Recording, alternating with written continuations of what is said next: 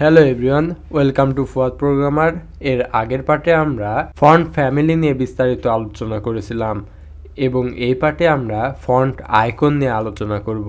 তো HTML এবং CSS এর মধ্যে আমরা দুইভাবে ফন্ট ব্যবহার করতে পারি। যেমন ফন্ট অসাম নামক একটা ওয়েবসাইট আছে, এই ওয়েবসাইট থেকে আমরা ফন্ট আইকনগুলো অ্যাড করতে পারি, আবার গুগল ফন্ট থেকেও আমরা এই আইকনগুলো অ্যাড করতে পারি। তো আমি সর্বপ্রথম ফন্ট অসাম থেকে দেখাবো। তো এখানে আমি গুগল ক্রোমে আসবো এবং এখানে ফন্ট অসাম নামক যেই ফাইলটা আছে বা অ্যাপ্লিকেশনটা আছে সেই অ্যাপ্লিকেশনটাকে সার্চ দেব এবং এইখান থেকে সেটা অন করে নেব। তো এখানে যখন আমি এটাকে অন করব তখন আমাদের ঠিক এমন একটা পেজ শো করবে এবং আমাদেরকে কি করতে হবে, এখানে গেট মোর উইথ প্রো এইখানে একটা অপশন আছে এবং স্টার্ট ফর ফ্রি। আমরা যেহেতু ফ্রি ব্যবহার করব তো এই জন্য আমি স্টার্ট ফর ফ্রিতে ক্লিক করব।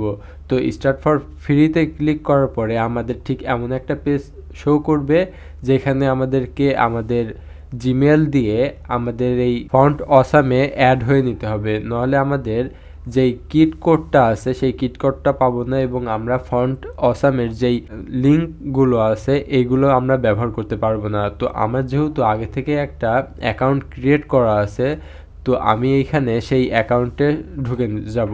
তো এখানে অ্যাকাউন্ট ক্রিয়েট করার পরে এমন একটা পেজ শো করবে ইয়োর কিডস নামে।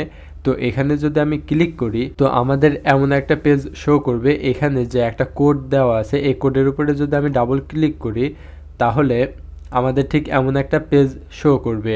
তো এই পেজে এসে আমাদের যে প্রথমের যে একটা স্ক্রিপ্ট নামক যে কোডটা দেওয়া আছে এই কোডটাকে আমাদেরকে কপি করতে হবে এবং আমাদের যেই HTML ফাইল আছে এই HTML ফাইলের উপরে যেই হেডার আছে এই হেডারের মধ্যে আমাদেরকে এটা পেস্ট করে দিতে হবে। তো আমি এখানে এটা পেস্ট করে দিলাম। এখন বিষয়টা হচ্ছে আমাদের আইকন অ্যাড করতে হবে। তো আইকন অ্যাড করার জন্য আমাদের উপরে দেখেন আইকন নামক একটা প্রপার্টি আছে, এই প্রপার্টির এখানে ক্লিক করলে আমাদের নিচে অনেকগুলো আইকন শো করবে। তো আমার যেমন আইকন প্রয়োজন আমি যদি সেই আইকন সার্চ দিই তাহলে এখানে সেটা চলে আসবে। সাপোজ আমার ফেসবুকের একটা আইকন দরকার, তো আমি ফেসবুক দিয়ে সার্চ দিলাম। তো এখানে ফেসবুক দিয়ে সার্চ দেওয়ার সাথে সাথে আমাদের নিচে কিছু ফেসবুকের আইকন চলে এসছে। এখন আমরা এই আইকনটাকে আমাদের HTML ফাইলে অ্যাড করব। HTML ফাইলে অ্যাড করার জন্য আমার যেই আইকনটা প্রয়োজন সেই আইকনটা আমরা সিলেক্ট করব। সাপোজ আমার এই আইকনটা প্রয়োজন, তো এখানে আমি একটা ক্লিক করব। ক্লিক করার সাথে সাথে আমাদের এমন একটা পেজ আসবে এবং এইখানে HTML এর একটা কোড আছে যেটা আই ট্যাগের মধ্যে একটা কোড। তো এই কোডটাকে আমাদেরকে কপি করতে হবে এবং আমাদের যেই বডি ট্যাগটা আছে HTML এর এই বডি ট্যাগের মধ্যে এটা পেস্ট করে দিতে হবে। তো এই পেস্ট করার সাথে সাথে আমাদের আউটপুটে দেখেন আমাদের যেই ফন্ট আইকনটা আছে ফেসবুকের সেই ফন্ট আইকনটা আমাদের শো হচ্ছে। আমরা চাইলে এই ফন্ট আইকনটা আমাদের মন মতো ছোট বড় করে নিতে পারি। এখানে আমরা চাইলে আমাদের CSS ফাইলে এসে সরাসরি আই ট্যাগটাকেও কল করতে পারি, আবার ক্লাস অ্যাট্রিবিউটটাকেও আমরা কল করতে পারি।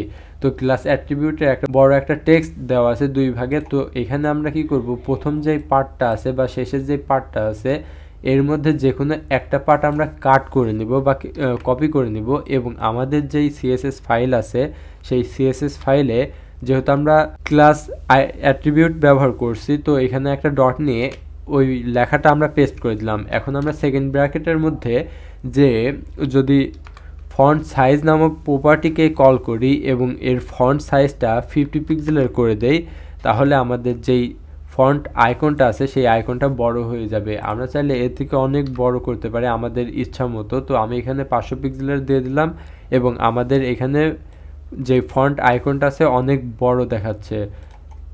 তো এখানে যদি আমি 100 পিক্সেলের দিয়ে দিই তাহলে আমাদের এমন একটা আইকন শো করছে। তো এইভাবে আমরা ফন্ট অসাম থেকে আইকন অ্যাড করতে পারি। এছাড়া আমরা আরও অন্যান্যভাবে আইকন অ্যাড করতে পারবো। যেমন আমি যদি গুগল ফন্ট নামক একটা ওয়েবসাইট আছে এই গুগল ফন্টে ক্লিক করি, এই গুগল ফন্টের থেকে এর আগের পার্টে আমরা কিভাবে টেক্সটের ফন্ট নিতে হয় সেটা জানিয়েছিলাম এবং এই পার্টে আইকন অ্যাড করা জানবো।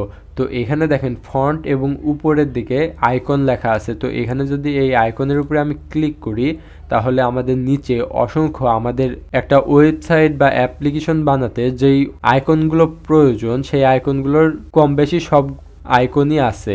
তো এখান থেকে আমার যে আইকন প্রয়োজন আমি সেই আইকনগুলো সিলেক্ট করে নিতে পারবো।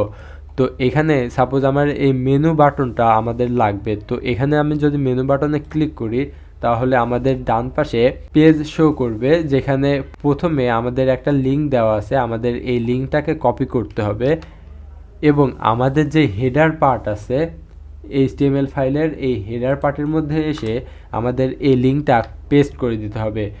তো আমি এখানে এই লিঙ্কটা পেস্ট করে দিলাম। এখন কিন্তু আমাদের কাজ করবে না, এখনও আমাদের কাজ করা বাকি আছে। তো এখন কি করতে হবে, নিচে স্ক্রল করলে স্প্যান ট্যাগের মধ্যে একটা ক্লাস অ্যাট্রিবিউট নিয়ে আমাদের কিছু টেক্সট দিয়েছে, আমাদেরকে এইটুকু কপি করতে হবে। এবং এটা কপি করার পরে আমরা যদি আমাদের বডি ট্যাগের ভেতরে এটা পেস্ট করে দিই তাহলে আমাদের আউটপুটে সেই মেনু আইকনটা শো করবে। তো আজকের পর্ব এ পর্যন্ত। এর পরবর্তী পার্টে আমরা আরও কিছু প্রপার্টি নিয়ে আলোচনা করব।